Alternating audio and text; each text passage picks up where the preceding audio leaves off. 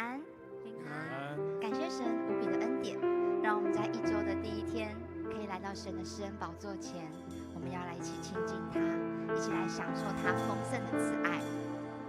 透过今天的敬拜，我们要向大家提出一个邀请，就是让我们自己完全的敞开来到神的面前，单单的来注视他，将我们的眼目放在我们的神身上，敞开我们的心，享受他丰盛的慈爱，让我们的心与神来对齐。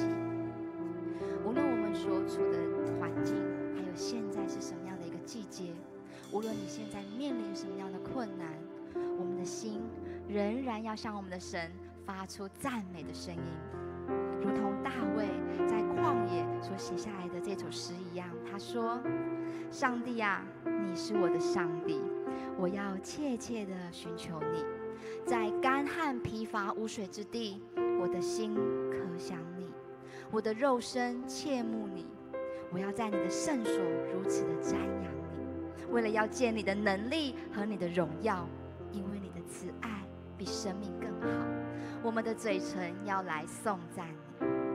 是的，神，这是我们的祷告，也是我们的心，我们单单的渴慕你来到你的面前。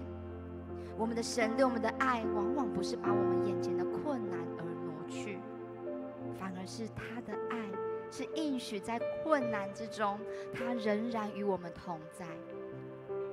在每一个困难的里面，神不再隐藏他自己，他是要成为我们最亲近的教师，他要带领我们走那当走的道路，他也要帮助我们在与神同行的过程当中，去经历生命中被神深刻雕刻的过程。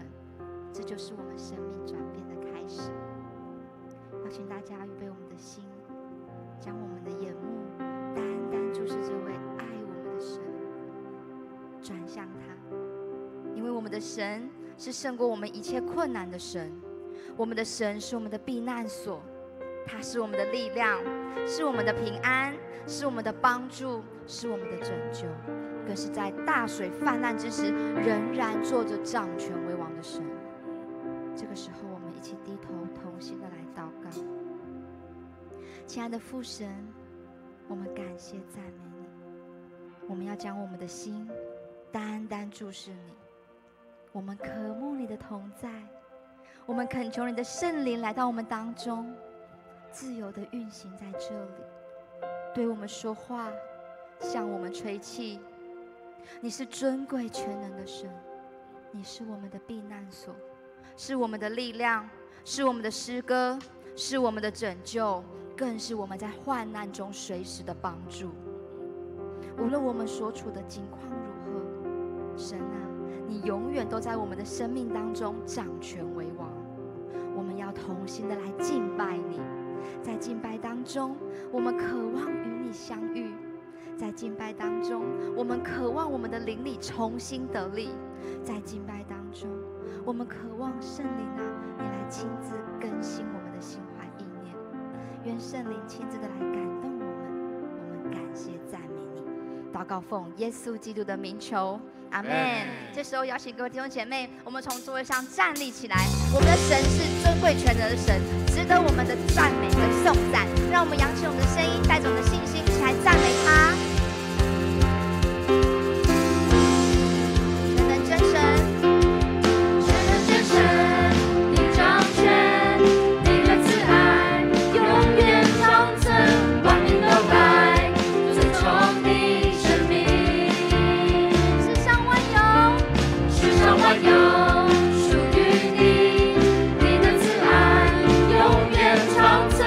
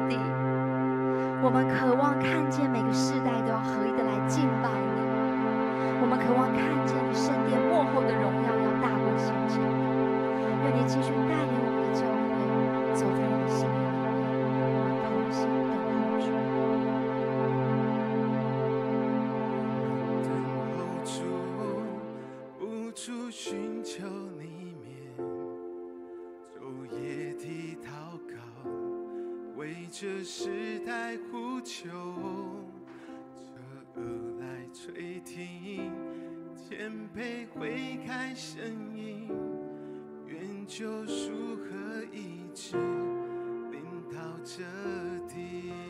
从头一起来。我们等候主，不住寻求你面，昼夜的祷告，为这时代呼求，侧耳来垂听，谦卑悔改声音，愿救赎和医治临到这地。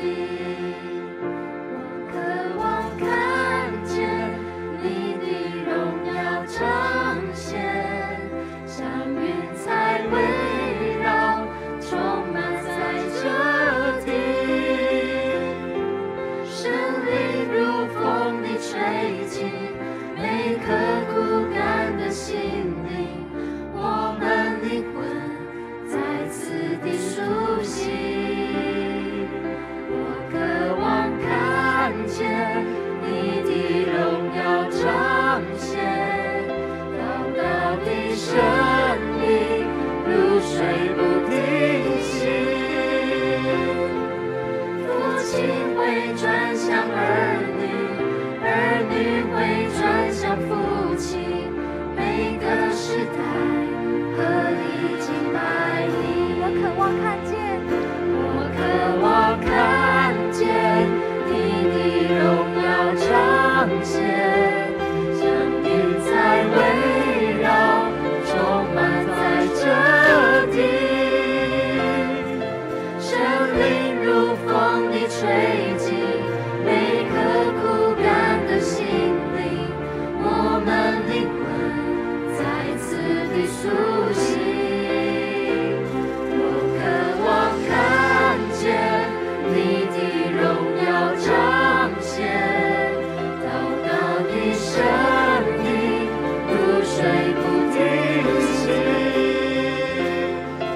父亲会转向儿女，儿女会转向父亲，每个时代合一敬拜你。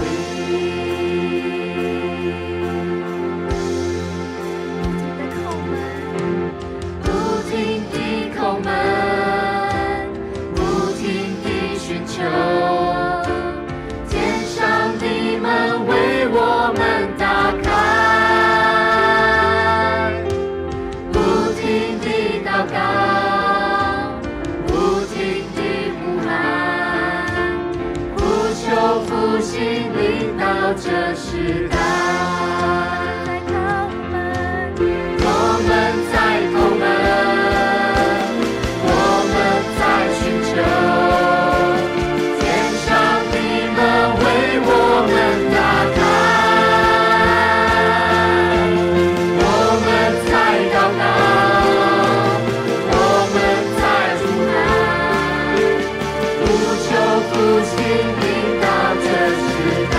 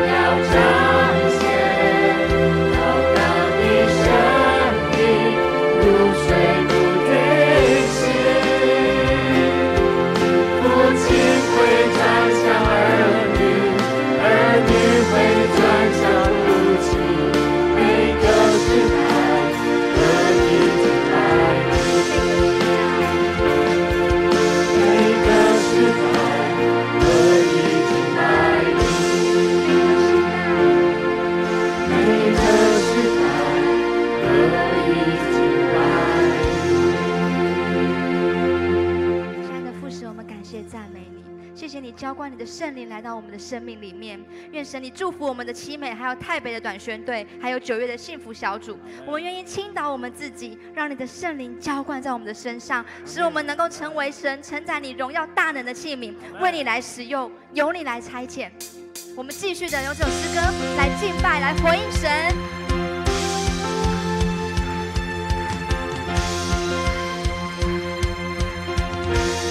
主耶和华，一起来。主耶和华的灵在我身上，让我传好信息给谦卑的人，好伤心的人，安慰被爱的人，报告他的恩典将要来到。我是承载神荣耀的器皿，我是承载神大能的器皿，兴起发光，神的荣耀，那些照耀我，左眼左光，将盼望带入人群里。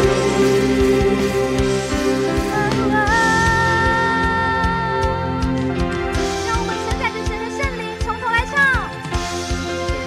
花的灵在我身上，叫我传好信息给谦卑的人，好伤心的人，安慰被爱的人，报告他的恩典将要来到。我是承载神荣耀的器皿，来回应神。我是承载神大能的器皿，兴起发光，神的荣耀，发现照耀我，左眼左光，将盼望带入人群里。我是承载神荣耀的器皿，我是承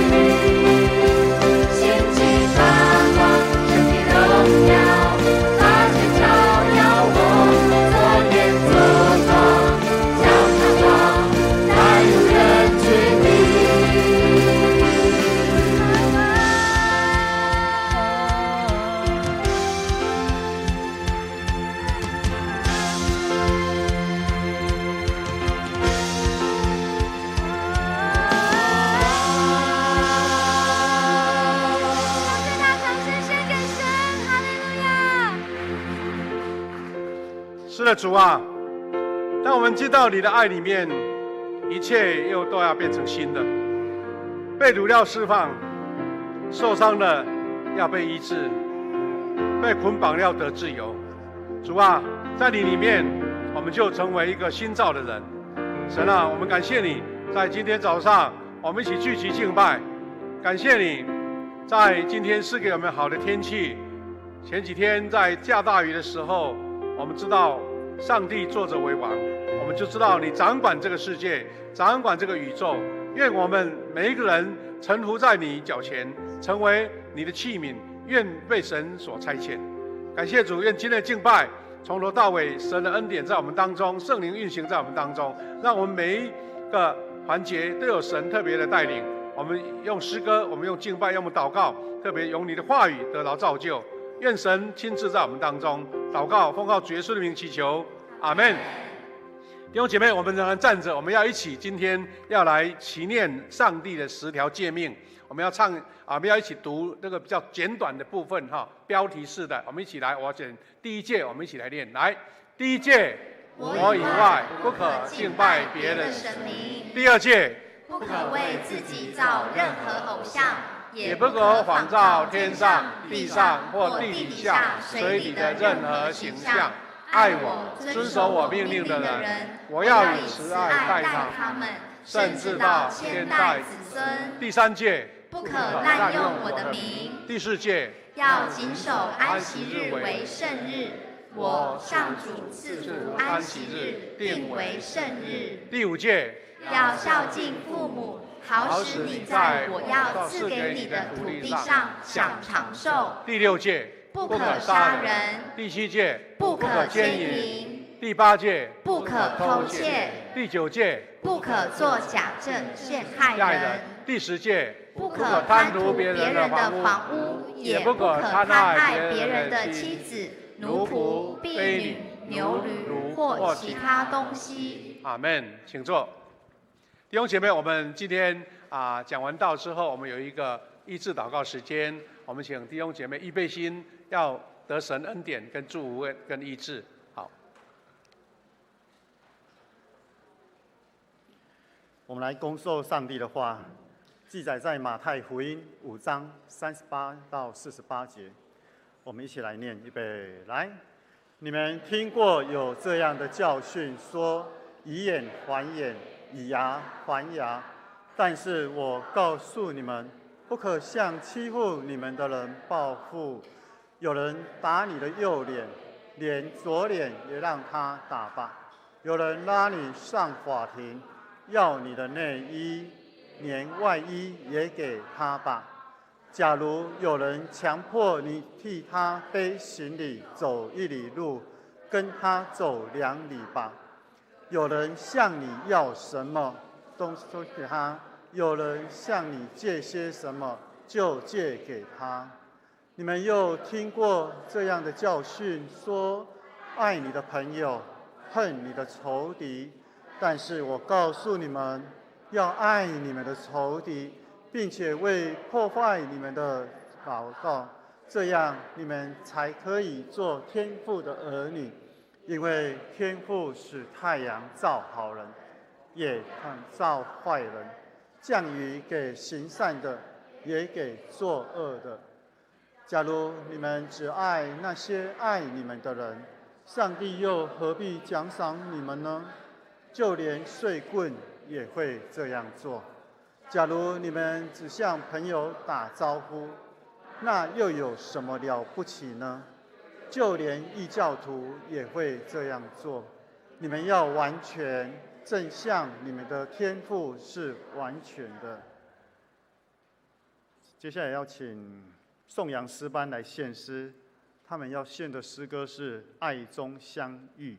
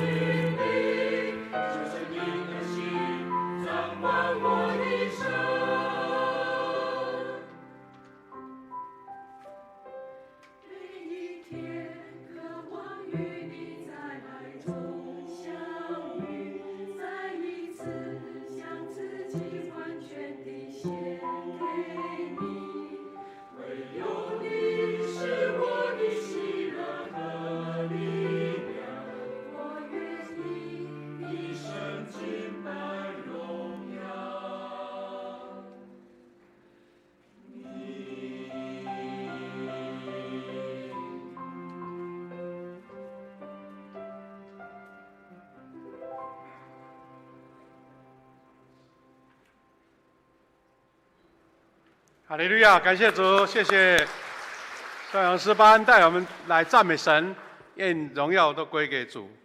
弟兄姐妹，大家平安。感谢主，我们蒙神的恩典哈。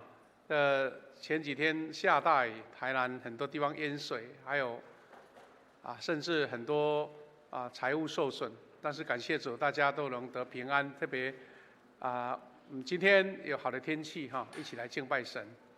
愿神带领我们台湾有很多地方淹水，甚至有人因为这样子来发生死伤的事件。愿神亲自安慰怜悯哈。我们在分享主话语之前，我们先来做祷告。慈悲的父神，感谢你，因为我们每一个人在你面前，因为被神的恩典所光照，我们就看见你在你的话语当中亲自启示我们。提醒我们，也教导我们。尤其我们在敬拜当中，我们用诗歌、用祷告、用分享，是要看见神在我们心中的作为。愿圣灵亲自感动每一位，让我们从你的话语得着力量，得着新的盼望跟亮光。感谢祷告，奉靠主耶稣的名祈求，阿们。弟兄姐妹，我们今天要来分享登山宝训的第5个系列哈，就是学天赋成为完全人。如果我们从圣经读经文哈我们发现前面呢有2段经文，牧师今天没有放在这里面。本来想说可能在分享当中稍微带过就好，但是发现说哇这个可能讲不完哈，所以我直接把这2段放在今天的分享的这个内容当中，信息分享当中。那如刚刚我们一起练的经文，其实我们都蛮熟悉的。但是如果我们一句一句、一段一段去了解，我们会发现说，这个是在主耶稣的登山宝训当中，一个算是跟我们人性最大冲撞的一段教导。什么意思呢？是这些教导看起来非常有道德感，但是好像跟我们的人性跟我们的本性，或是我们这个世俗的眼光，看起来好像是很难达成的感觉了哈。那这样的话，我会觉得说，那耶稣讲的是不是好像太高调了？他的教导我们能执行吗？这个是我们今天要思考的。所以，耶稣在这一段经文里面最后一句话说：“你们要学天父，成为完全的人。”到底我们怎么样从现代的眼光去看见主耶稣对我们所做的教导？那我们看见这段经文从38到48有2个段落哈。第一个段落就是从事，不是重视是从事古代的律法，特别是犹太人他们在中东那边的一个律法，就是有关仇恨跟报复。这个人性上很难去躲避或是闪避的事。那耶稣用这个仇恨跟报复再分2个小细段，一段是他提起了当时的人常常提到的一段话语，特别旧约里面也有哈，就是以眼还眼这个事情。以眼还眼，看起来就是血腥报复，好像你断我一只手指头，我就断你回来，哦，斩了你的脚，你就让我也脚受损，杀人偿命，好像这些都是好像永恒不变的真理的感觉。那耶稣在这个经文里面有很特别的教导。我们看这段经文，他说：“你们听过有这样的教训。”记住哈，他每次在这段经文里有讲说：“你们听过，你们曾经有人这样教你哦，哈，以眼还眼，以牙还牙。”看起来这是天经地义的事情。然后后面就接了一句：“但是，你们听过，但是这样子哈，但是我告诉你们，不可向欺负你们的人报复。”我想我们在现实的社会当中，特别我们很喜欢看一些那个连续剧，无论是韩剧啦台湾的剧啦，还有这个华剧啦，哇，那个电视剧在报复那些坏人的时候，你会觉得哇血脉喷张，感觉说哇大快人心，对不对哈？哇，那个像那个包公啦，在斩那些坏人的时候，哇虎头铡什么铡哈，感觉是大快人心。看起来这个世界这种事情就无法避免嘛哈，但是耶稣还是对我们讲不同的话。那我们怎么样去审视这边呢？他这样告诉我们说，这些经文其实在当时的时代有一些背景。如果这样你了解一下背景，那你就会更感觉说，哦，当时说的话是什么意思哈？这段经文呢，是登山宝训最具挑战的教导之一呀。所以，如果要了解背景，才能够不要误解说耶稣为什么当时要求人家什么任何不义都要逆来顺受，看起来好像软绵绵像麻糬一样哈。但其实他的教导不是那么的单纯，就是字面上的意思那么的单纯。背景二是什么呢？以眼还眼，当时会这样的做法，有它的时代背景，是因为他不是要让你报复，反而是要保护。什么保护呢？就是限制报复，不要让人的那个仇恨一施展不可收拾啊！好像那个洪水一来哈，我们那个堰塞湖一崩落，哇，大水冲下来，来不及逃啊！他就是要限制，以眼还眼。换句话说，不是鼓励报复，所以看起来好像惩罚或是那个1对1的，但是其实他当时的定这个法律的意思是，不要让仇恨淹没了你，让你的报复超过你所受的伤害。比如说，有人打掉你一颗牙，你就把他杀掉了，感觉上好像大快人心，对不对？但是这个不对等啊，一只牙齿跟一条命就差很多了。那赔偿跟损害是相称的，避免无止境的报复。其实我们在台湾哈，你不能脱离我们这个社会，特别很多社会新闻，你会发现说，这个事情就是这样子，你避免不了。比如说2辆车不小心稍微卡掉，哇，好像这个在错车的时候卡住了，看来是人没有受伤，没怎么样哈。但是你常常看到那个新闻，现在监视器很厉害啊，哇，这个有人那个车门一开那个球棒就拿出来了，哇，他受不了，说你害我这样，我就敲了你的那个挡风玻璃，全部都把它敲毁，甚至连人也摔下去。那意思是什么呢？当人在生气的时候，那个报复是超过你原来的控制了所以当时以眼还眼，以牙还牙，算起来算是说，你不能做太多嘞。虽然你生气报复那是只能做到这里那这个是算是另外一种保护的意思嘛那我们的耶稣呢，呼召我们不但要爱邪恶的人，也要爱敌人。那这跟我们的常理就感觉不大一样。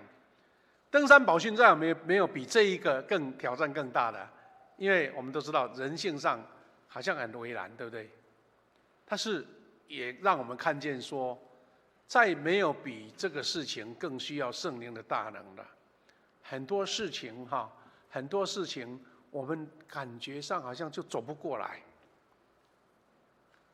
你们有没有听过一句话当我们人的能量够大的时候，你会觉得这个伤害根本伤不到你。我们也听到一句台语说“蠓啊叮牛角”，有没有听过？“蠓啊叮牛角”就是蚊子去叮到牛角牛角有没有感觉？没感觉，因为他觉得这个伤害不了他，虽然叮他是恶意的。那意思是说，我们人的能量就没有办法那么厉害人对我的伤害又不像蚊子叮牛角那这个是人的软弱。那重点是说，报复了能得到什么结果了？耶稣的教导是，我们的关系应该奠基在爱的上面，而不是公义好像一支大刀砍到所有的人。对错待我们的人，我们的责任不是报复，而是接受其中的不公义，但是不可向欺负你们的报复。看起来都有违我们社会的常理，但是耶稣的意思是怎么样？他说不是否认那些人的邪恶，那些恶事，但是复仇缓急，冤冤相报，才是耶稣不允许的。因为上帝知道人因为这样子就滚入了一个永远没办法截止的循环，那循环就是冤冤相报。有些人现在年轻人比较少了，我们这一代人很喜欢看那个武侠片，对不对？武侠片有一个，反正有一个逻辑了就有一个家人就被这个江湖的人把他灭族了，就不知道为什么原因，就留下一个孩子这个孩子不知道谁被谁救走了，反正就是在废墟当中这个小孩子竟然生存下来。好了看起来好像是这个幸存者，对不对？但这个小孩子就开始到山中去找师傅，开始训练开始练那个武术在瀑布底下冲水在那边打拳这样子。看来好像就是一个仇恨让他就是生存下来。然后呢，等他长大了，就开始下山了对不对？这个主角就出现了，然后就找那个仇家，再把他们全家就把他杀掉了。这样杀掉好像结束了，对不对？奇怪，仇家有一个孩子留下来，那就这样循环。然后慢慢他又找到有人保护他，然后又成长再去学武术学了很多武功，什么武功就有一天又跑下来了，又找到另外这个就是人性的一个循环，恶的循环。到底是报复才能解决事情呢，还是截止那个仇恨才重要？那就是耶稣需要谈的事。弟兄姐妹，耶稣提升到更高的天国原则，他没有否定公义，是教导门徒不要让仇恨掌管你的生命。我们人就是我们说凡夫俗子嘛，我们人怎么有可能那么超脱呢？圣人也都达不到这样子啦。但是他是让我们去省视自己的生命，他不是取消法律，而是指出个人不要把报复当作解决冲突的方式。确实，报复是大快人心呐。我们很多电视剧都还特别提到说，要加倍奉还，对不对？加倍奉还。那看起来好像就是让人家血脉喷张，但是问题并没有解决。其实我们不要讲那些什么什么国仇家恨那一种了其实在我们生活上常常会碰到，比较小一点的，你就发现说，原来这些事情都存在在我们的生活当中。我们今日在社会的场景，我们最常现在碰到是在网络上被恶意批评、被霸凌。大家躲在键盘后面这什么话都敢讲你有时候我不知道大家有没有这个习惯，我们在看一些，我们这一辈人就在看 FB 啦现在很多人看不同的社群媒体。有些人发表那个文章有时候不怎么好看，但是后面的回言就很好看，因为里面充满了很多不同的意见，变剑拔弩张，然后在留言人那彼此互骂，骂到什么恶者的话都出来了。你常常会碰到这样的事情。有时候我们在职场上被误解了，你的出发点、你的好意，竟然被主管所歪曲掉了，或者说你的努力并不被看见。甚至我们在家庭里面常常遇到一些言语的伤害，因为亲人嘛，就是很容易把自己的情绪表达出来。你在别人面前还会收敛一下，在家人里面就是把自己的原始的本性都露出来，那些伤害在生活上都常见。我们第一反应常常是说：“我就要回敬回来啊，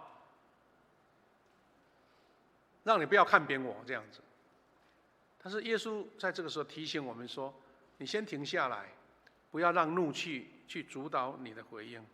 看起来是多么困难的事情，但是又让我们觉得，倒是值得我们去思考。冤冤相报何时了？你用什么更超越的方法去化解这样的冲突跟仇恨呢？”这是我们的省思的议题，也是耶稣在这段话里面告诉我们的。第二个，他说：“把你另外一边的脸也转过来。”这是第一段经文哈。他说：“有人打你的右脸，特别是这样，他说：我告诉你们，不可向欺负你们的报复。有人打你的右脸，连左脸也给他打；有人打你的上法庭，你要把内衣，要把你的连外衣也给他。还有，假如有人强迫你替他背行李走1里路，你就跟他走2里。有人向你要东西，就给他；向你借什么就借给他。看起来好像是一个大善人呢，什么事情都 OK 好 OK 先生。耶稣讲这些话到底对我们什么样的提醒呢？其实，在犹太文化当中，他说外衣外衣等于是他的宝贝，就是他的随身了，很像我们常讲军人的武器是第二生命一样。因为犹太人那个时代没有像我们现在，我们每一种场景都有不同的衣服，对不对？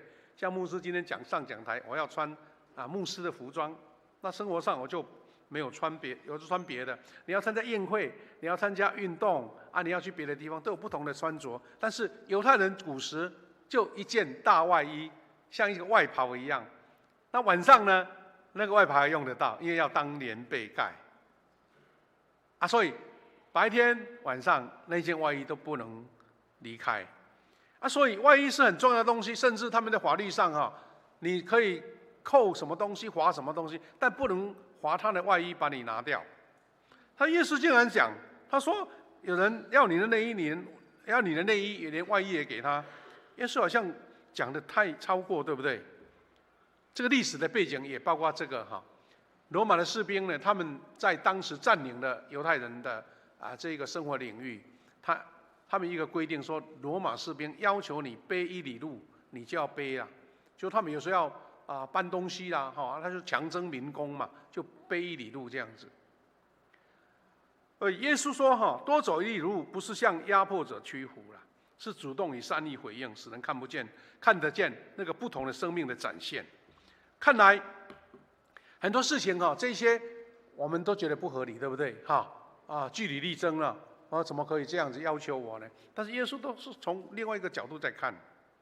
我们如果从今天的这种教导里面，我们一个生活的应用其实很多人真的是照这样在做。比如说我在职场，本来长官或是要求的工作是到这边，但是我做的比他更多。教会服事，你觉得做多少，愿意多付出。我们比较有年纪的弟兄姐妹曾经读过当时很出名的一本书，就严长寿严长寿这个饭店的一个观光的教父他写他在年轻的时候在职场的经验。他会后来成为一个非常成功的台湾的一个经营观光饭店的一个指标性人物他说他刚开始的时候他也没什么好的学历他就到公司里面，人家在类似这个旅行社啦，或是一些公司里面，他比人家早上班，那些垃圾他都帮他整理好，什么事情他都做多。后来他就在那边历练，或是被人赏识，成为一个非常成功的一个观光方面的专家。有时候多付出并不是损失。我们在教会里面，有时候我们觉得说要做哪些事，你做的比他更多。特别我们在幸福小组的时候，我们有一句格言呢，就是我们在邀请我们的 best， 他被尊荣我们有一句格言说：做不足是亏欠，做刚好是本分，做过头才会感动。基督徒就是有能力去超越这一个自己的限制，让人家看见你的回应是不一样的。所以，我们常常在生活上多走一里路，变成我们一个格言，对不对？变成基督徒愿意乐意服侍的一个象征。多走一里路，其实有一些人在解经的时候，会把这一段话当成什么呢？当成当时的罗马帝国这种高压统治的时候一种非暴力的抗争，就是说我不跟你对抗，但是我做了让你觉得心服口服，或是说让你觉得有点这个不好意思你要我走一里，我跟你走2里这样子。那这个事情无论是不同角度的解说，耶稣要我们所做的事，他的意思是这不是软弱，是一种刚强，因为能力超越别人对你的要求。爱那些伤害我们的人，需要最不可思议的力量。所以拒绝个人的报复，是因为他拥有无私的爱。希望就是说他的气场强大到他不用报复，竟然能够让对方感到羞耻或者觉得羞愧。基督徒寻找以善报恶的机会，甚至是一种极致了付出一切，为了爱的缘故，甚至连身体、衣服、自己的时间、精力，还有金钱都付出去了。弟兄姐妹，耶稣并没有说，既然不该用法律来进行个人的报复，那我们就对邪恶视而不见，就承受那个不公不义。社会就是这样子，他要我们承受它，是因为我们要学习要用善来改变它，用更好的爱来改变这个邪恶。有时候这个事情真的让我们感到寸步难行，好像要我做到，我好像很难达成了。不过这个社会就是耶稣告诉我们另外一个可能性。在2次大战的时候，有一位叫做科利特恩鲍姆这位女士呢，她是在荷兰的一个钟表匠。那个荷兰有很多流亡或是在那边的犹太人会被追杀，甚至被逮捕。这位钟表匠呢，他在他的生活范围里面，他藏匿了很多犹太人，但是后来呢，就被关进集中营，那样被抓到了。他以他的身份救了很多犹太人，但是他本身也被关。这是他年轻的照片，跟他这个后来老的时候的照片。那后来战后就释放出来了。他有一次在聚会当中，竟然碰到当时在监狱虐待他的那些狱卒就是那些看守。哇，他看到他，哇，糟糕！怎么在这个场合我碰到他，真的是很难受。他气到无法原谅他，但他赶快祷告，他说：“上帝这个事情，一个时代的邪恶，我们让它持续吗？”所以他就在祷告中选择怎么样放下来，而且伸手跟他握手。后来他在做见证的时候，他说：“当他顺服基督，选择饶恕的时候，他心中的苦毒竟然就没了。从他被冤枉、被抓、被虐待到出狱，一直他好像没有出监狱一样，就一直心中充满了怨恨、仇恨，特别是虐待他的人。如果说在那个场合他走过去给他2巴掌，你觉得大快人心，对不对？但是他祷告，他说这个并不是耶稣要他做的，所以他后来觉得说，他一饶恕的时候，整个心情就不一样，他喜乐了，他是用他的饶恕来得胜，胜过这个仇恨，胜过这个被虐待。所以这个故事让我们知道说，并不表示忘记历史或否认罪恶，而是拒绝让仇恨来辖制我们。弟兄姐妹，我们看到说报复，论报复，其实是在论生命的自由。报复，我想你从小到现在，很多事情让你愤愤不平啊。我们有一句台语哈，讲报产雷亚湾，没听过吧？报产雷亚湾，产雷亚湾是什么意思啊？就是我们那个田螺啊，不是很小吗？很细吗？而且它里面还弯来弯去，弯来弯去的啊！你要吃那个田螺哈，要用针把它挑出来哈，要不简单的，要有技巧哎。好了，报产雷亚湾的意思是说，什么事情你要讨回来。但是耶稣告诉我们另外一个方向，他并不是要门徒成为没有原则的人，也不是否定司法制度是保护弱者的重要性。他在教导什么呢？他教导我们，让我们不要被怒气所控制。你想说你受委屈，别人欺负你，你就一直活在那个怨恨、抱怨、想要报复的过程中。请问你还能够快乐过日子吗？你吃饭的时候会觉得那个味道的甜美吗？你跟人家聊天讲话的时候，你会享受那亲朋好友一起分享。所以很多人他一直认为我是受害者，我是被可怜的人，然后就一直活在那个生命当中。我们在身边可能你会看到这样的人，他一直想要伸冤，想要伸冤，他整个生活都被改变了，永远走不出来。那到底是他对呢，还是他被牢笼所捆绑？这就是我们在思考的问题。所以，不让报复成为人生的方向，让爱跟恩典打破仇恨的循环，这是耶稣要我们去思考。他没有强迫你让你思考说，到底哪一个方向是你选择的。罗马书12章21节说：“你不可为恶所胜，反要以善来胜恶。”在家庭、在职场、教会跟社会当中，我们如何以基督的爱来回应伤害，以真理来维护公义，以恩典来胜过报复？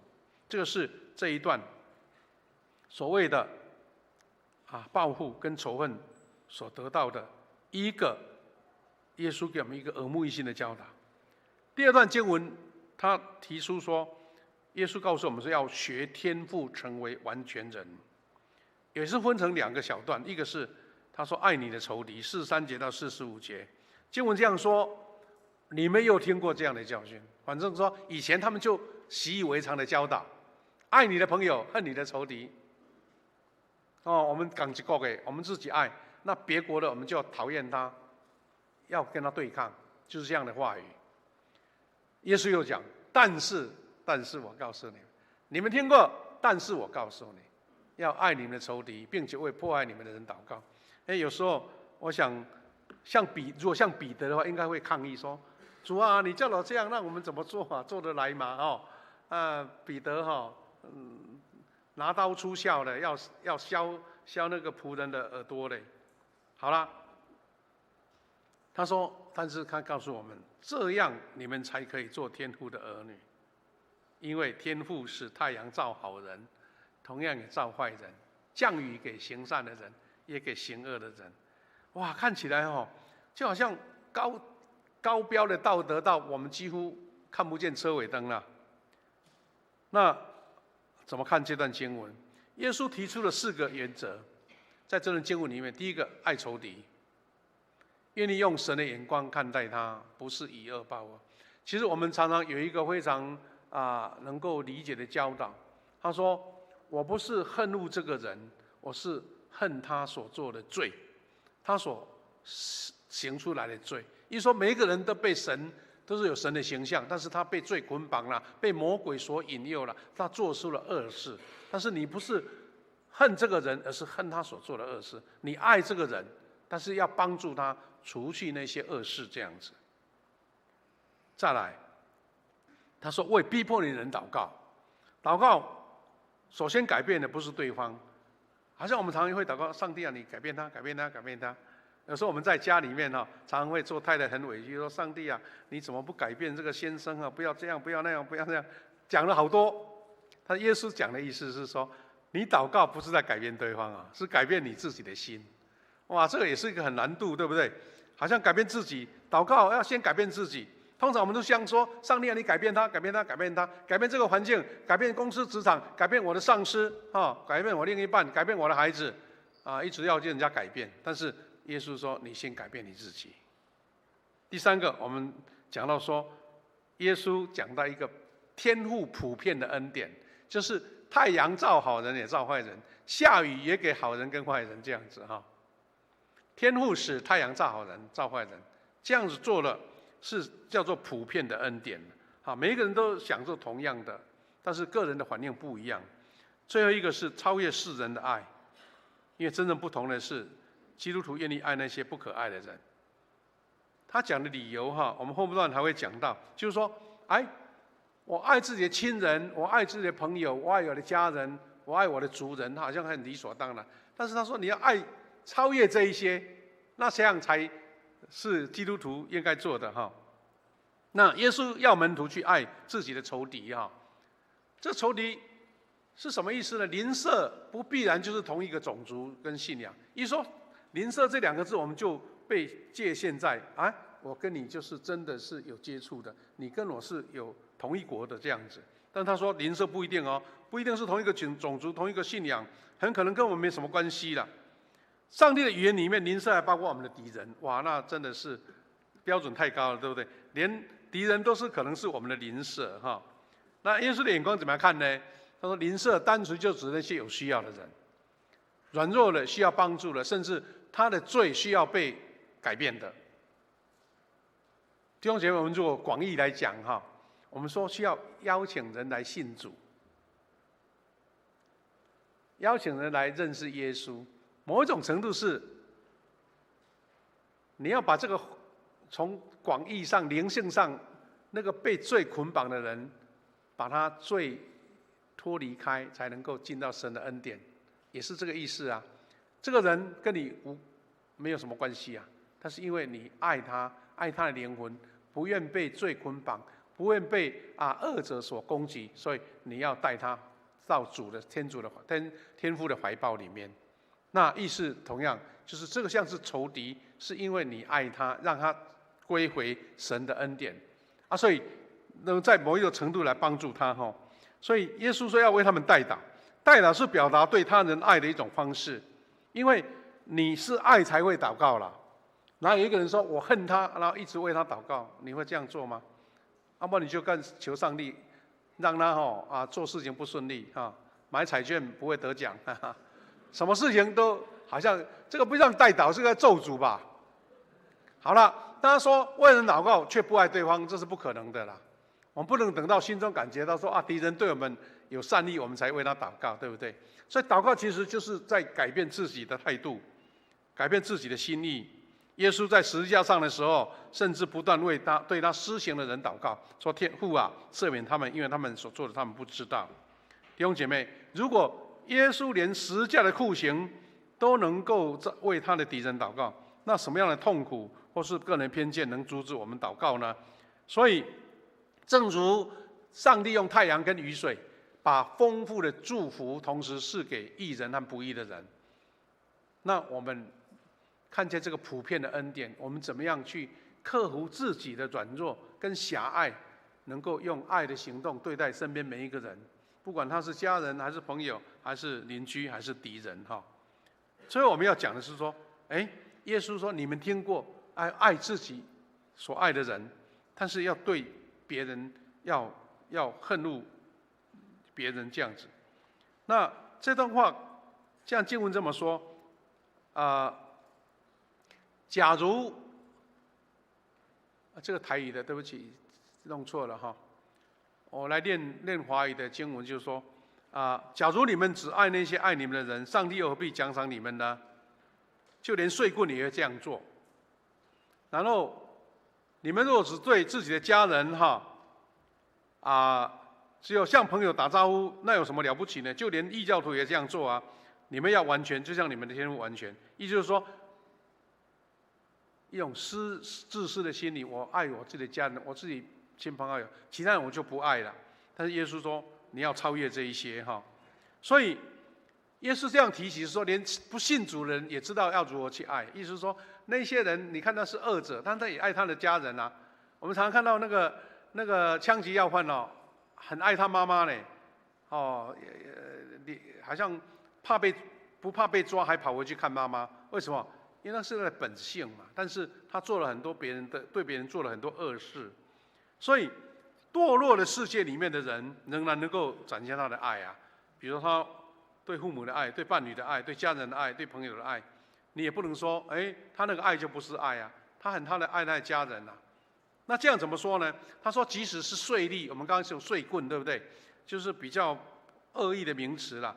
他名声是最差的一群，他也会爱他所爱的这些人。耶稣讲这些的时候，知道说，你们如果做到这一个，没有什么好夸口的，因为连那些最糟糕的人他也做得到啊。所以呢，基督徒去蒙召爱那些不可能去爱的人，贫穷的人、遭遗弃的人、伤害我们的人以及敌人。如果没有上帝那超自然的恩典，我们根本爱不下去。换句话说，你怎么样超越你个人的限制、你的能力、你的性格的本性，去达到那个地步，不是你自己能力达到，是上帝给你这个力量。所以呢，弟兄姐妹，从耶稣他讲的爱呢，耶稣他们当时的语言是亚兰文。亚兰文这个爱的意思是无所不包的意思啦，所以意思说我们蒙召要在爱里面完全，这个爱是上帝包容的爱，连对敌人都展现怜悯怜悯。所以耶稣说我们要效法天父，并不是效法世界这个周围的世界，而是要完全，因为我们天父是完全的，要完全。那爱跟完全有关是。因为天父完全的爱，甚至是愿意去爱那一些不会回报的人当中。刚刚我们讲到完全其实在经文48节的完全真正的意思，在原文里面，它是接近说成熟、完整，达到上帝所期待的目标。意思不是说我完全就是不会犯错，很像圣人一样而是爱越来越像天父的意思弟兄姐妹，刚刚我们提到说，有时候会有委屈，很多生活上就碰得到。但是我们在生活上，在教会里面，也常常会有冲突啊。我们在教会中不是没有冲突，而是因为有基督，我们能够彼此饶恕。其实我们弟兄姐妹都很清楚，越服事多的人，你遇到了很多伤害。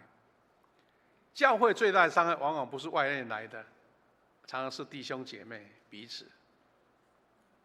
因为我们有关系嘛，有产生的关系，有同工的关系，但是有时候因为这样，你关系越深，伤害就越大。所以如果从耶稣要我们爱仇敌，其实不用讲的那么的远。其实爱仇敌有时候就是爱曾经伤害过我们的弟兄姐妹，这个是一个很现实生活上的问题，就在我们的生活当中。我们很多担任同工的、担任服侍者，特别是在牧养第一线的同工，你都知道说，哎呀，这样的弟兄、这样的姐妹怎么爱得下去呢？我这样的付出，竟然他连感念都没有，还倒打一耙，哇！你会觉得说，我又不是赚你的钱，你干嘛这样子？常常在我们生活上会碰到很现实生活，在家庭里面，在职场里面，在社会里面都是这样。但耶稣他使用6个例子，前面这些例子爱你的仇敌啦，为你的仇敌祷告啦，打你的脸啦，这些都是一些例子。它是在显示什么？基督徒所蒙受的呼召有更大的意义，是因为圣灵把律法写在我们的心中那我们都知道，美国有一个非常重要的人物叫做马丁·路德·金恩所以马丁·路德·金恩呢，因为他是一个牧师，在50、60年代，因为美国那个时候黑白种族冲突还是很厉害，或者说歧视黑人的那个法律还很多，他就带领黑人出来争取他们的权益。但是他深受耶稣爱仇敌的教导影响他实际就是在生活上展现，他坚持以非暴力的方式来推动他的民权运动，就他用耶稣的教导然后去游行啦、去抗议啦、去举标语，从来就不动手不动脚，就是在那边静坐，要不然就是在宣导他们的理念啊。那这位马丁路德金恩博士他讲过一段让从耶稣的教导领受到的话，他这么说：他说黑暗不能驱逐黑暗，只有光能做到；仇恨不能驱逐仇恨，只有爱能做到。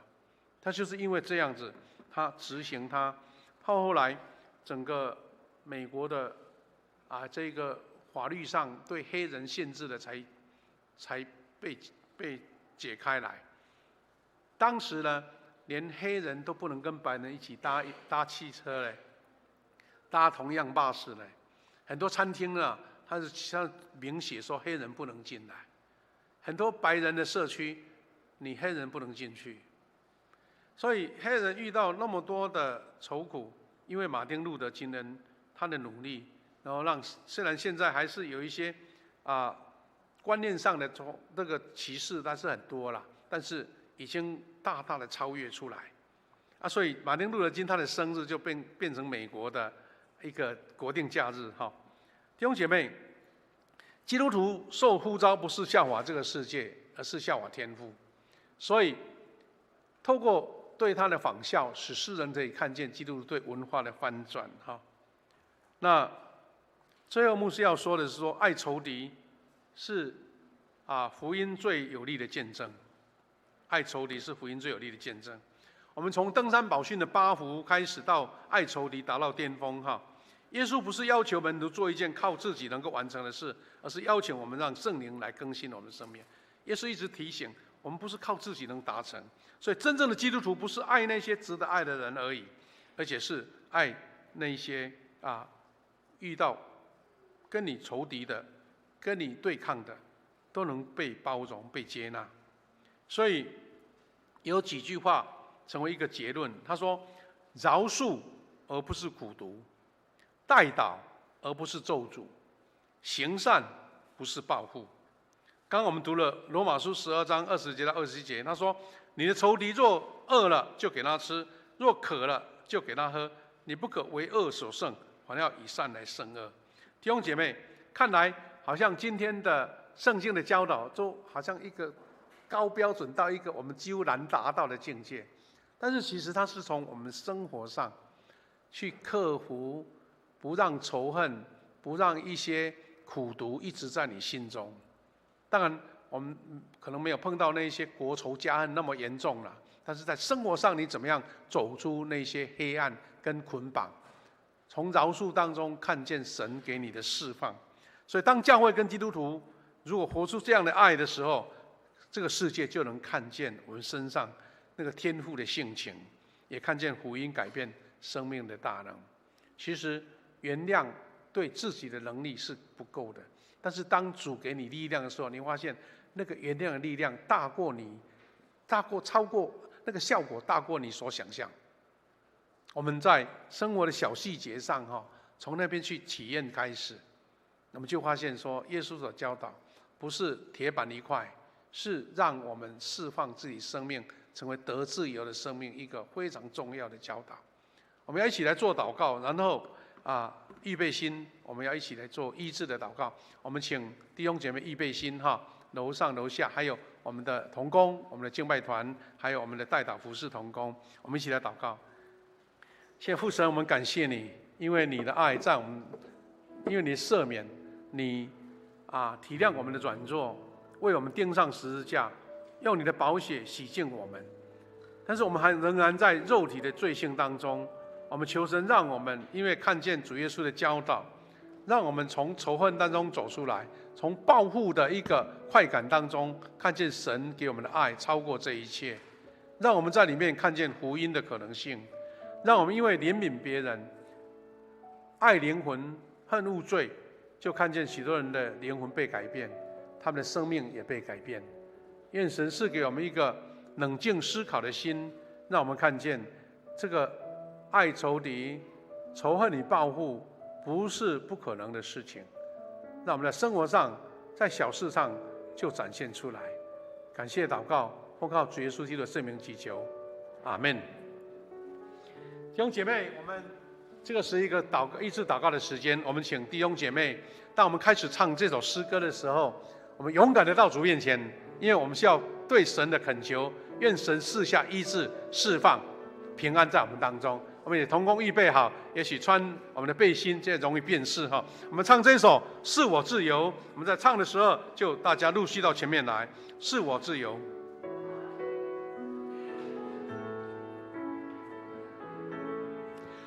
是自由的灵啊，求你，那勇敢的到前面来，来到我的里面，来到我的生活，当作我中的愁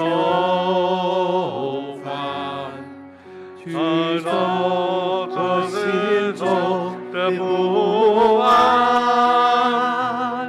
你的，我们站在第一排，站在第一排，在这里，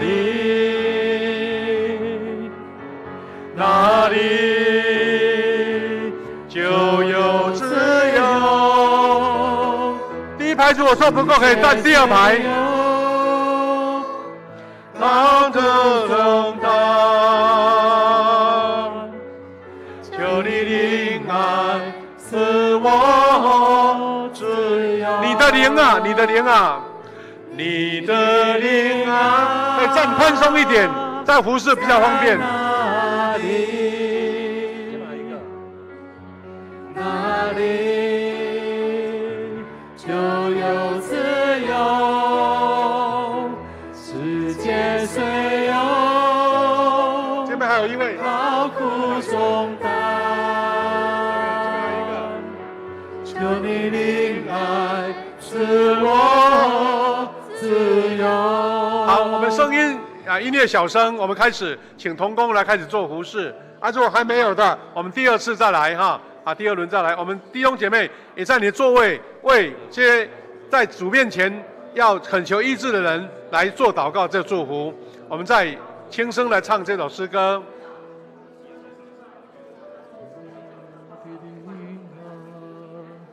求你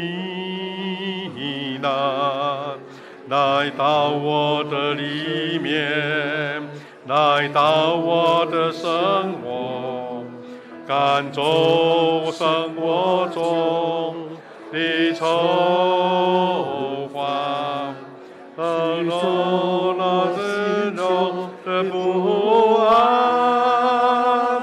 你的灵啊，在哪里？哪里就有自由？世间虽有劳苦重担，求你灵啊，赐我自由。你的灵啊，再次，你的灵啊，在哪里？哪里就有自由？世界虽有劳苦重担，求你灵来赐我自由。你的灵啊，在哪里？哪里就有自由？世界虽有劳苦重担，求你灵啊，是我。我们请弟兄姐妹站起来好不好？我们再唱一次你的灵啊，来做祝福祷告。灵啊，在哪里？哪里就有自由？世界虽有劳苦重担，求你灵啊，和我我们请弟兄姐妹把你的手放在心上，我们奉主的名来祝福每一位在主面前恳求祷告的人。天父神，我们恭敬将站在前面的弟兄姐妹摆在你面前，是因为你爱我们，你不舍得我们每一个人遇到困难、病痛跟软弱，你用你的爱，耶稣基督的宝血来挽回我们。神啊，我们为每一位在你面前开口祷告、向你祈求的弟兄姐妹，恳求你赐下你的恩典，赐下你的医治，赐下你的释放，赐下你的平安。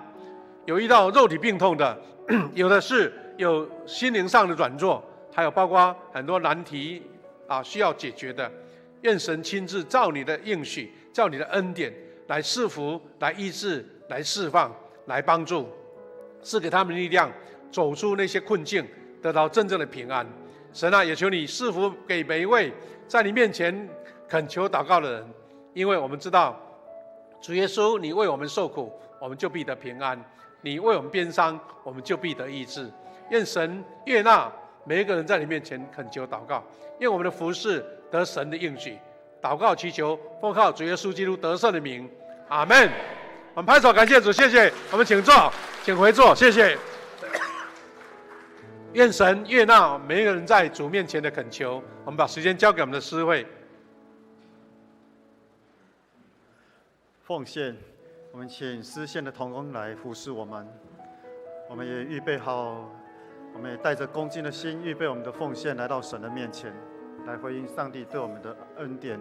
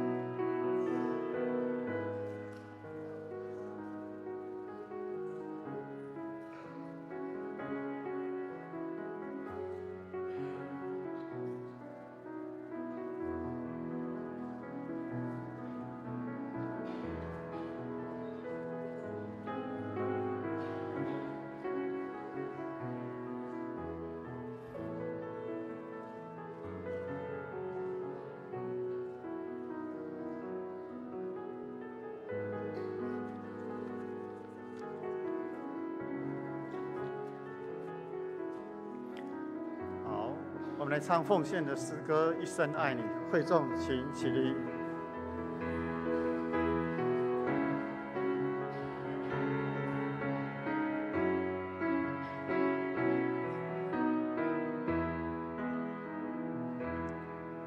亲爱的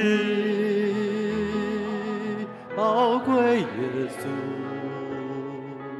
你爱何等的甘甜，我的心深深被你吸引，爱你是我的喜乐。一生爱你，一生敬拜你，一生爱你，一生荣耀你，一生奉献，一生不回头，一生爱你，跟随你。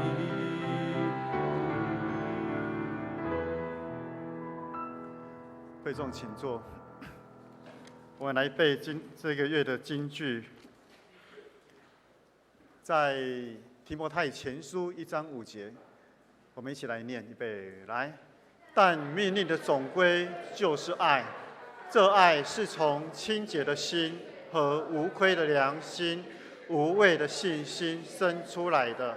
提摩太前书1章5节，来再一次，预备来。但命令的总归就是爱，这爱是从清洁的心和无亏的良心、无畏的信心生出来的。提摩太前书1章5节。好，我们来看报告。我们翻开周报第2页。下周诗会是立维稳长老，其他的服事同工请自己参阅。我们看周报第4页，肢体交通的部分本会消息。第一点，在7月4号礼拜六，我们要举办敬拜赞美事工研讨会，还有敬拜之夜，在早上9点到4点到下午4点10分，在这个地方敬拜中心那个敬拜赞美研讨会，请各位兄姐踊跃报名参加，因为我们要预备中餐的便当，所以请大家记得报名。当天晚上7点半到9点也在这里，我们有一个特别的聚会，我们邀请游志伟牧师还有曾怡祥牧师来做见证分享，请可以邀请各位亲朋好友来参加。下个礼拜天的早上，我们只有1堂的聚会，就是在8点40，是一个见证分享聚会，也一样是由游志伟牧师和曾祥仪牧师来做见证分享。第3点，小会的报告，松原团契会要从转型成为牧区的牧养性质哈，所以在下个礼拜天我们会有一个差派就任式，就是松原团契的会长施思源会长，还有路德小组新任的小组长陈秋怡长老要就任的差派式。在50喜年，我们也有一个洗礼，请要受洗的兄姐可以赶快报名。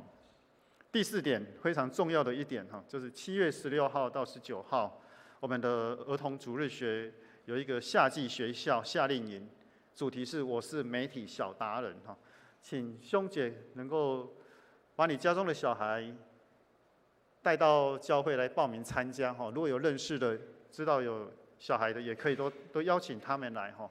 在这样的信仰跟整个社会的媒体的一个冲突里面，可以给他们有一个正确的一个观念，一个知道怎么样去做哈。那可以跟干事报名哈。第5点，基甸牧区在10月22到29号要到台北去短宣哈。如果你自己有愿意有一个感动要一起去的兄姐，请大家可以跟李伟区长或是维斯干事报名哈。好，我们看到第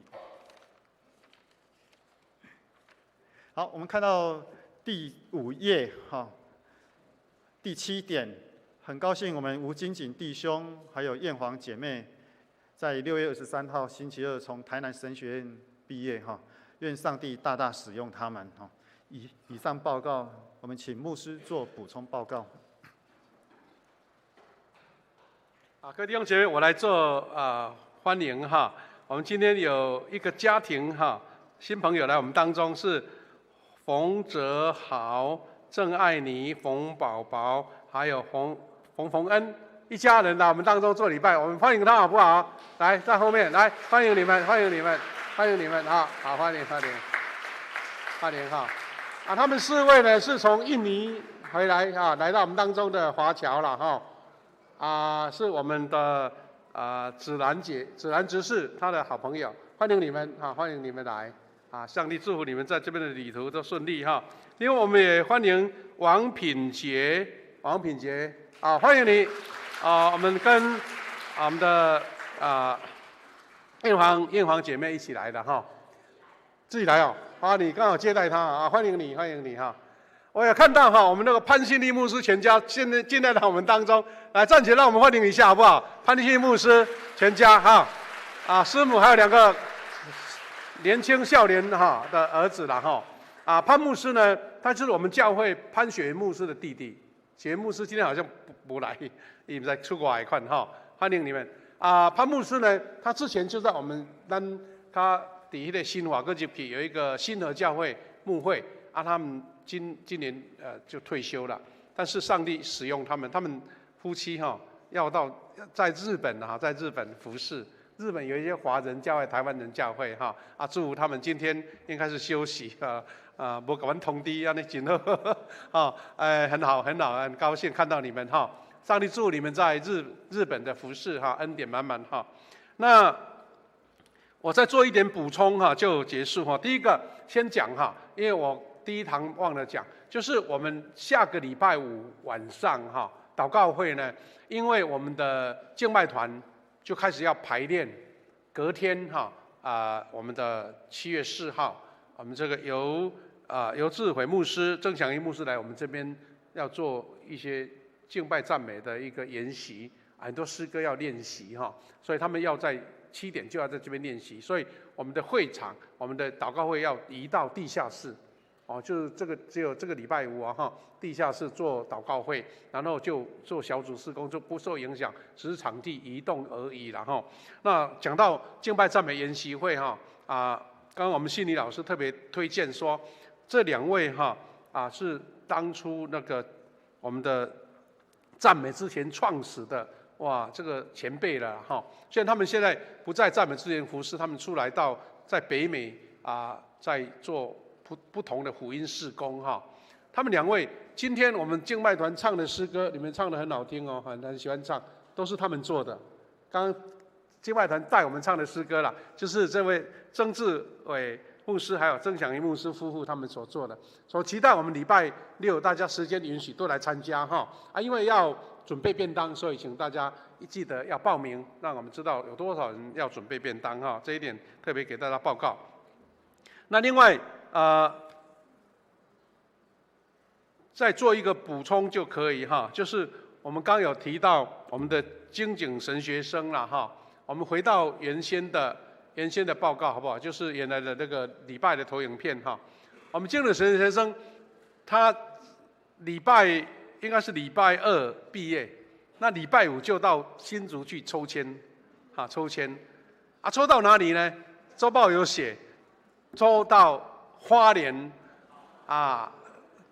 光滨教会这边就是牧师在网络上看到的照片，就一间透天厝啦这边写的很大的字，而且是用帆布所拉的还有一间是铁皮屋这是他们的教会。我就在想说上帝为什么会把精警神学生派到那边去？我想说那边很多有钱人去那边盖别墅去，因为这太平洋海边呢就那边很多人退休跑去那边，但是精警神学生他不是要去那边享受，不是要那边那个漂亮的海景，他是要去牧会。会有多少他资料写说十几个会友从这边到花莲那边要多远呢？一共有4小时57分钟是最保守的，是网络帮你算的时间了右边这个照片就是空拍的照片，那个红点就是这一间教会，然后再走一段路就到太平洋了就到太平洋我们为精警祷告我不知道他现在心情怎么样，但是从神的差派有他特别的意义我们为他鼓励一下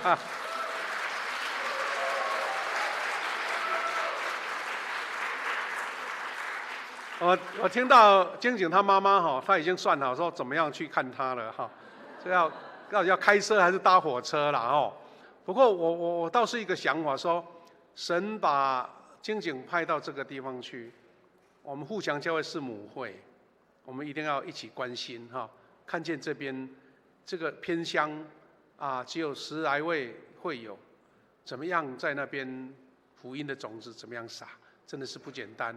我听到前一任的传道人他写他脸书在这个教会的脸书说，下雨天来的时候台风来的时候，他都要拿很多桶子来盛那个滴水滴水那我们要先送几个桶子给他带过去那不管如何神有他特别的心意，我们真的是为他祷告，因为他那边不是去欣赏太平洋去那边的这个退休去那边这个休闲的他是要去那边工作的就在花莲的整个海岸线最南边啦，再过一个桥就到台东了那个路程很远的，应该有点像嘉义到新竹那么远就是到花莲市但是我相信神有特别美意在操练我们的精警神学生，让他做一个美好上帝所重用的仆人我们做补充这样的报告。今天我们有爱心午餐欢迎大家留下来一起来使用。来，谢谢。以后基甸牧区如果有国内短宣队，也可以考虑去那个地方好，我们来唱颂龙颂龙，唱完我们请夏牧师做祝祷。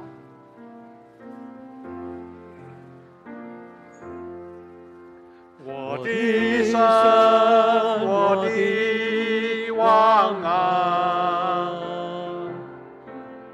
我要遵从你的名，我要永远称颂你，我要天天称颂你。愿主耶稣基督的恩典、上帝的慈爱、圣灵的保守、相通扶持，跟每一位弟兄姐妹同在，从今时直到永远。阿们。阿们。阿们。我们请做默祷来避会。